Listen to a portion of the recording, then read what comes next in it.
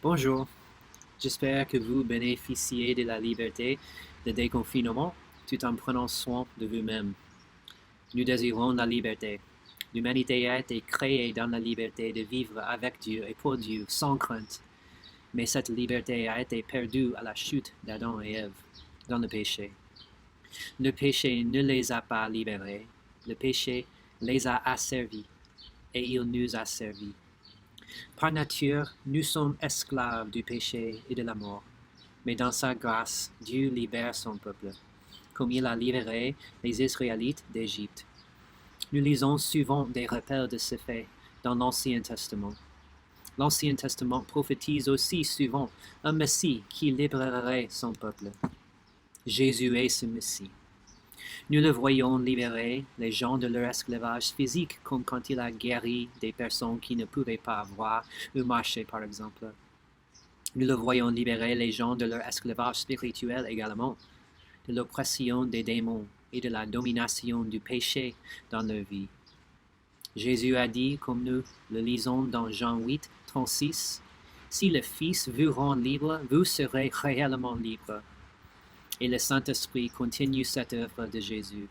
2 Corinthiens 3, 17 dit, « Là où est l'Esprit du Seigneur, là est la liberté. » Jésus libère par l'évangile de sa vie, sa mort et sa résurrection.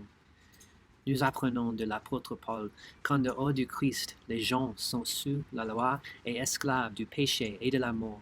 Mais en Christ, nous devenons sous l'Esprit et esclaves de Dieu, de sa justice et de la vie, qui est en fait la liberté. Servons-nous de ce déconfinement pour nous rappeler cette liberté que nous avons en Jésus. Tout d'abord, profitons de notre liberté en Christ. Nous lisons dans Galates 5, verset 1, « C'est pour la liberté que Christ nous a libérés. Demeurez donc fermes et ne vous remettez pas de nouveau sous le joug de l'esclavage. » Jésus ne veut pas que nous vivions comme esclaves du péché, de la crainte de la mort, ou même des exigences de la loi de Moïse pour les Juifs, mais dans sa liberté. Deuxièmement, utilisons cette liberté pour glorifier Dieu et servir les autres. Comme Galates 5, 13 nous l'enseigne. Frères, vous avez été appelés à la liberté.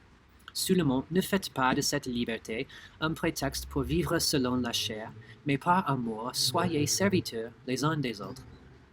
Nous ne sommes pas libérés pour vivre pour nous-mêmes, mais pour vivre dans l'amour, pour la gloire de Dieu et le bien des autres. Et enfin, espérons la liberté du retour de Jésus.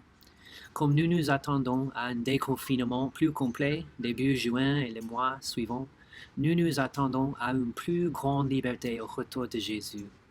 Romains 8, versets 20 et 21 disent « La création a été soumise à la vanité.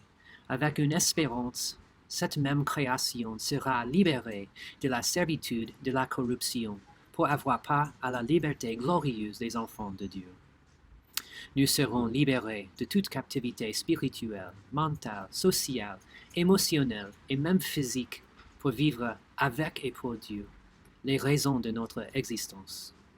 J'espère que vous profiterez avec prudence des libertés progressives de cet déconfinement. Mais je prie encore plus pour que vous viviez aujourd'hui avec joie, amour et espérance de la liberté que Jésus nous donne.